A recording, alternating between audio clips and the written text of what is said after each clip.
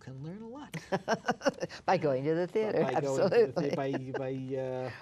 By going to the theater. Not necessarily from our next play, however, which you like better than I did, I think. Are we talking about Catch Me If You Can? Yeah, we're talking about Catch Me If You Can.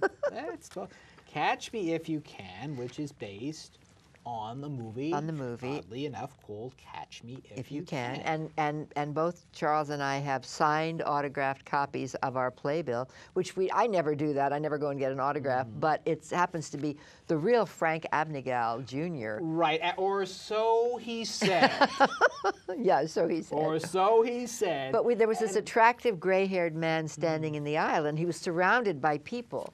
And they were all putting in their programs, and I had mine in my hand, and he just took it and signed it.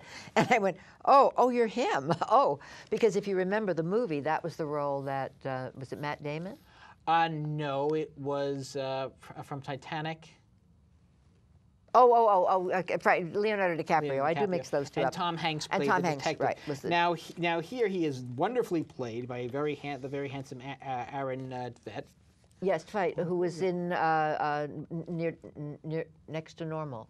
He was the non-existent son in Next to Normal. Right, well, he exists here. And understand, this is a play about a man, a true story, who was an excellent forger.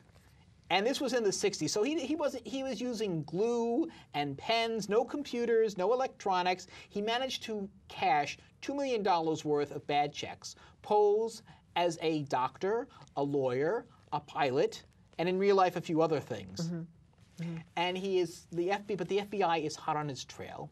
And the Tom Hanks role is played here, Norman Leo Butz, who is Norbert Leo Butz, yeah, who is now this is up for 6 Drama Desk Awards, and Norbert Leo Butz is up for 1. Tom Wopat, who's playing the Chris Walken role of the senior, the Frank Abnegal senior, right, the guy's father, and then the rest is all pretty much Mark Shaman and Scott Whitman for the music and the lyrics and the orchestrations and whatnot.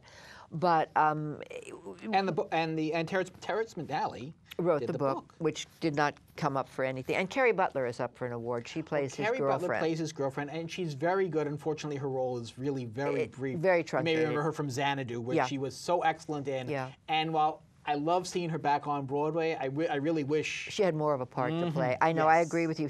She was in Bat Boy. She was wonderful. I mean, but this is a role she could play in her sleep. Oh yeah. And but she doesn't. She's wide awake. She's wide awake and very pretty, and you know. And what I find interesting is Norbert Leo Butz, basically how he's changed in such a quick period. Because I was telling my daughter, she was with me, and she had seen him in Wicked. I said, Wait, that's the handsome guy in Wicked? Well, what happened to him? I think he's not handsome. I think he. Well, I think he made himself into a character for this. He's got a belly.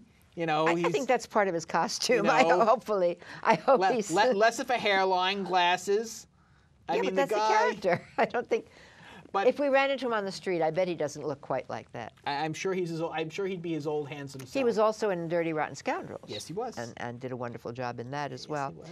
But the first 5 years and a whole bunch of other things. You know, he's one of those actors who's had success. Yes. And who's loved and who is loved much loved Broadway. by both the Tonys and the Drama Desk Awards, and deservedly so. But what we haven't mentioned is that they have framed this as a 60s variety show. Well, this is the kind problem. Of like Annie Williams or Dean Martin. Dean Martin is the one that came to my mind. They keep selling his stuff, and you see this all the time. The dancing girls and that whole thing. They were called the Gold Diggers. And it's set in were they Gold Diggers? Dean Martin's remember, right. Dancing Girls were called the Gold Diggers. And it's set in a gigantic airport, which gets very boring for me very fast. I mean, it has to turn into an operating room. It has to turn into a law office. It has to turn into a home.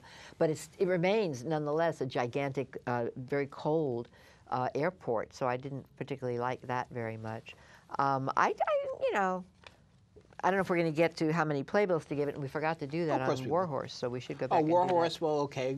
We'll come back to that. We'll come back to that. But I was less than thrilled. I had tremendous. In fact, I ran into Mark Shaman at the top of the show and said, "I can't wait to see this." Said he was Mark. Yes, at least he said he was. And I said, "I can't wait to see this." And he was very distressed because he had just read reviews, and evidently the reviews had been very bad because I don't read them before I go to see something. I haven't read them either. I understand they were bad, but you know what? I enjoyed this show. And the problem for me was I was bored. I expected, it wasn't that music. Have you seen the movie?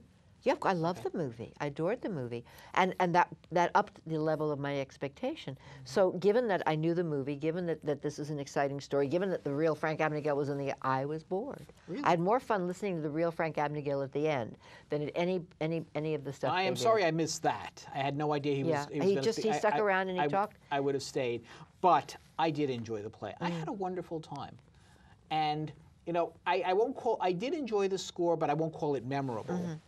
But I love the chemistry between Vet and Butts when they interact. And, you know, they're separate for a lot of the time, Right. but they're always kind of interacting. Right. You know, they actually meet at one point.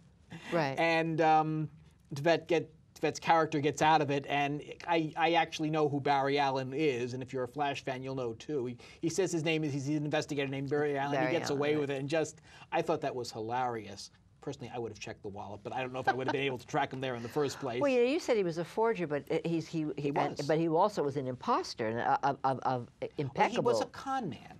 But it's more than being a con man. I mean, con men flash checks and whatnot.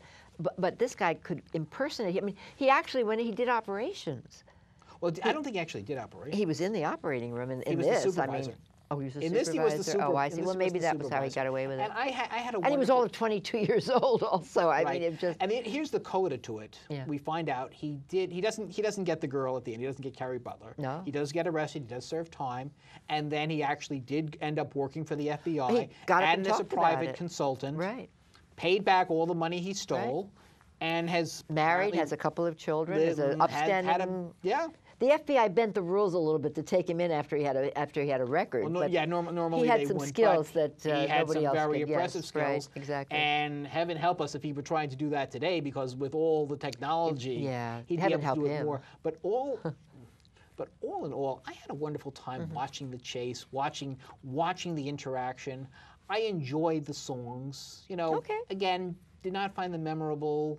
I would like to hear, just hear it a couple of more times. I did have a little trouble getting hearing the lyrics at times, but I had a very nice time. It was a nice, pleasant evening. So you're going to give it more playbills than I am. Probably. Well, how many are you giving it?